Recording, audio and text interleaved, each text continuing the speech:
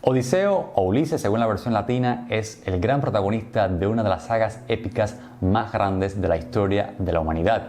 Remontándose hasta muchos miles de años antes de nuestra era, la Grecia antigua nos legó una obra magistral que a día de hoy sigue consumiéndose, sigue reproduciéndose. Te comentaba hace poco en un video aquí en este canal que incluso en estos momentos se está preparando una película nada más y nada menos que por Christopher Nolan. Sí, porque es que este clásico nunca envejece y si lo miramos, yo creo que todas las obras que han venido después han tomado de una forma u otra de este gran clásico su influencia.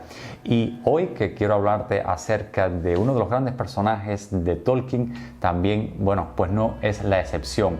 Tolkien es verdad que se inspiró mucho en los clásicos nórdicos, pero la tradición grecolatina, por supuesto, como buen filólogo que fue, la tuvo presente a lo largo de toda su obra. Odiseo, una vez que terminó la famosa guerra de Troya, se dispuso a regresar a su hogar, la isla de Ítaca, con sus hombres.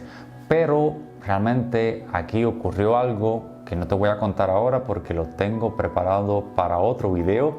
Así que para cuando estés viendo esto, si no lo he publicado todavía, espera un poco porque ya lo voy a tener listo dentro de muy poco tiempo. Bueno, pues ocurrió algo en esos últimos momentos de la guerra de Troya que hizo que, bueno, los dioses castigaran a Odiseo y a toda su tripulación. Por tanto, en ese trayecto de regreso a la isla de Ítaca, que realmente, no debería haber sido tan complicado porque ya la guerra había terminado, era un trayecto bastante conocido para ellos, bueno, pues se volvió en un gran dolor de cabeza, al punto de que hasta el día de hoy la palabra Odisea es sinónimo de problema, de aventura. Bueno, pues en este trayecto Odiseo sufrió todo tipo de adversidades, incluso teniendo hasta que viajar al inframundo para poder de alguna forma solucionar su problema y poder regresar a su hogar, poder encontrarse con su esposa Penélope. Pero lo más interesante de toda esta historia es que cada uno de los retos a los cuales se tiene que someter Odiseo y sus amigos son solucionados con el intelecto, con la astucia. Y es que claro, este personaje incluso es referenciado en la Ilíada, el otro libro de Homero, como una persona muy inteligente. Y claro, este viaje de la Odisea, que lo toma él como el personaje principal, no así en la Ilíada, bueno, pues aquí nos va a desplegar en una cantidad bastante excelsa de ejemplos y de situaciones disímiles cómo es que logra vencer a través del intelecto. Pero más que el intelecto, yo diría que realmente lo que le posibilitó a él enfrentarse a todos sus grandes retos fue el amor. Ese gran deseo de poder reencontrarse con su esposa y con su patria. Por tanto, yo creo que este es justamente el elemento que lo hace ante todo más similar con este otro gran héroe del que quiero hablarte hoy. La historia de Arendil es una de las historias más apasionantes de todo el legendarium de Tolkien. Tengo un video aquí en mi canal en el cual te cuento al detalle toda su historia, por tanto aquí no voy a explayarme tanto, sino voy a hacer alusión a aquellos momentos que lo hacen bastante similar a la historia de Odiseo. Conocemos los detalles de esta historia en la obra póstuma de Tolkien, El Silmarillion. Yo sé que es un libro al cual muchos le tienen miedo porque, es un estilo bastante distinto, es un libro más bien enciclopédico en el cual se reúnen muchos fragmentos de obras distintas, de historias distintas, que fueron compiladas justamente por el hijo de Tolkien y no por él mismo. Tolkien había dejado un montón de anotaciones y después su hijo Christopher se dio la tarea de recopilarlas, lo cual fue una tarea bastante difícil y él jamás quedó satisfecho. Resulta ser que Arendil era un medio elfo, hijo del humano Tuor y la elfa Idril. Ya de por sí su propio nacimiento es una excepción dentro de las reglas que rigen este universo creado por Tolkien, porque el amor entre estas dos razas era prácticamente inconsumable. Su nacimiento también se produce en un contexto bastante difícil, un contexto de guerra en la que los elfos se tuvieron que enfrentar a las fuerzas oscuras lideradas por Morgoth, que, bueno, después de haber destruido el reino de Gondolin, ellos tuvieron que huir, emigrar y se asentaron en la costa de Beleriand, y aquí, bueno, desarrollaron un reino que, bueno, les dio un poco de paz temporal.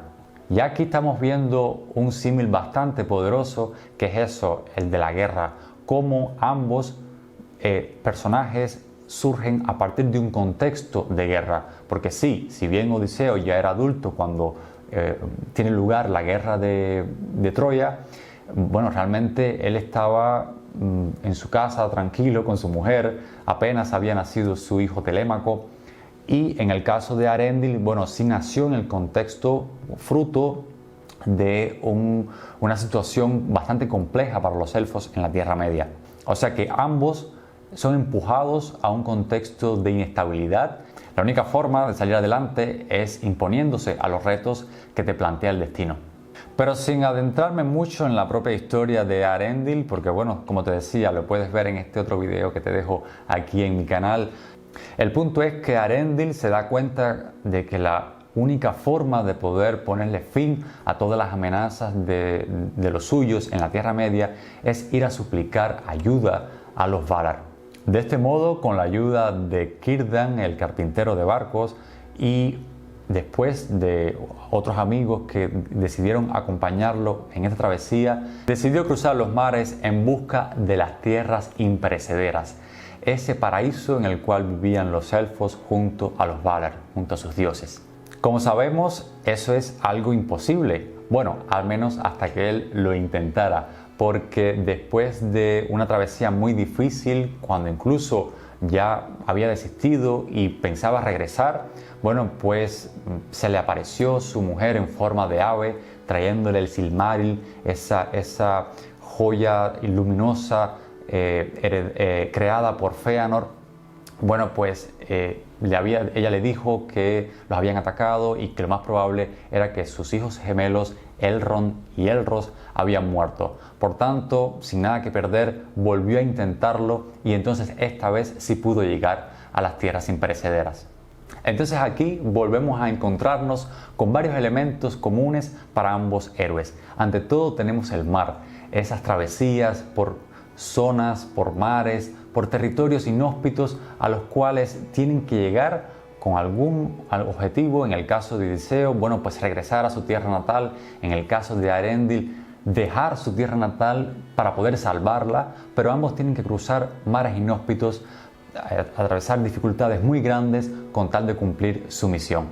Y también tenemos el símil del amor, porque en el caso de Odiseo lo hace todo para poder reunirse de nuevo con Penélope, con el amor de su vida, y en el caso de Arendil, bueno, pues para darle a su familia, a su mujer, a sus dos hijos, un mejor futuro, tiene que dejarlos atrás para poder lograr eso que es la ayuda que le puedan dar los Valar. Ambas historias también repiten el monomito de Joseph Campbell. Aquí tenemos un llamado a la acción, tenemos el viaje, tenemos la transformación y tenemos la consumación de la aventura, que en el caso de Odiseo lo llevó a la transformación, en el caso de Arendil a la ascensión. Ambos desafían lo prohibido, uno se enfrenta a los dioses, otro va en busca de ellos, pero ambos van en busca del hogar de una forma u otra. Ambos están buscando una renovación, una supervivencia propia y de los suyos. Y por supuesto, ambos son transformados en el viaje. Si bien cuando llega Odiseo a su hogar ya es mucho más viejo, porque han pasado muchos años, la guerra de Troya duró 10 y después la travesía para regresar a su hogar duró 10 años más. Y en el caso de Arendil, pues fue transformado en una estrella, fue transformado en una constelación. Y ambos cruzan el umbral de lo desconocido. Odiseo tiene que ir incluso al inframundo para poder continuar con su viaje. Arendil tiene que ir al paraíso de los dioses, al paraíso prohibido de los dioses, entrar sin permiso con tal de que le hicieran caso, con tal de poder ganarse su ayuda, y ambos tienen que enfrentarse en todo momento a pruebas sobrenaturales. Si bien Odiseo es un mortal común y corriente, Homero siempre nos dice que su inteligencia era muy superior a la del resto. En el caso de Arendil, era mitad elfo, lo cual lo hacía mitad inmortal. Pero al final ambos reciben el reconocimiento de sus pueblos y el agradecimiento por haber hecho que sus vidas fueran mucho mejor. Por tanto, este tipo de arco, este tipo de estructura narrativa es bastante común. Si bien la obra de Homero es muy temprana, no es extraño que Tolkien haya vivido de una forma u otra de su propia inspiración. Es normal, es básico, porque sí, a día de hoy muchos de nosotros, escritores de fantasía, nos inspiramos en la obra de Tolkien, pero el propio Tolkien también bebió de los clásicos. Me gustaría saber en los comentarios si ustedes están de acuerdo con este símil que estoy haciendo. Me gustaría saber sus opiniones, puntos de vista, y estoy seguro que puedan aportar también argumentos a esta discusión. Pero por supuesto también tenemos diferencias, como ya algunas que he comentado hasta este momento. Si bien Odiseo regresa a su hogar, a esa vida tranquila, a esa vida común y corriente, en el caso de Arendil se produce una transformación mucho mayor, porque al final él se queda en los cielos con su barco para poder enfrentarse a Morgoth, después para derrotar al dragón Ancalagon, y que bueno, al final tiene que quedarse en los cielos. Ocurre aquí una transformación mucho más poderosa, pero en ambos al final ocurre la transformación, porque Odiseo ya deja de ser ese héroe legendario para convertirse en un rey o en simplemente un padre y un esposo que busca el consuelo del hogar. Si bien uno desconfía de los dioses, otro los ama y los venera. Si bien uno busca restituir su hogar, el otro renuncia a todo con tal de salvar a su pueblo. Odiseo, pese a ser el gran héroe, el gran protagonista, el de la mente excelsa, es un humano como otro cualquiera, y Homero se encarga de retratar muy bien aquellos errores, aquellas características comunes que lo hacen un humano. Él miente, él mata, él comete lo que en la tradición cristiana diríamos pecados. Pero en el caso de Arendil la historia es distinta, porque es una figura más luminosa, es muy idealizado y nunca se nos habla de ese tipo de defecto que si pudiéramos encontrar, por ejemplo, en Odiseo. Así podemos ver que si bien la historia de Tolkien se inspira por repetición creativa o por negación, el camino, la historia de Odiseo, vemos que ambos están bastante imbricados, y que yo, como amante de toda la mitología griega, me complace muchísimo que ocurran este tipo de cosas, este tipo de inspiraciones, porque vemos que Tolkien no repite, Tolkien crea a partir de una historia ya existente.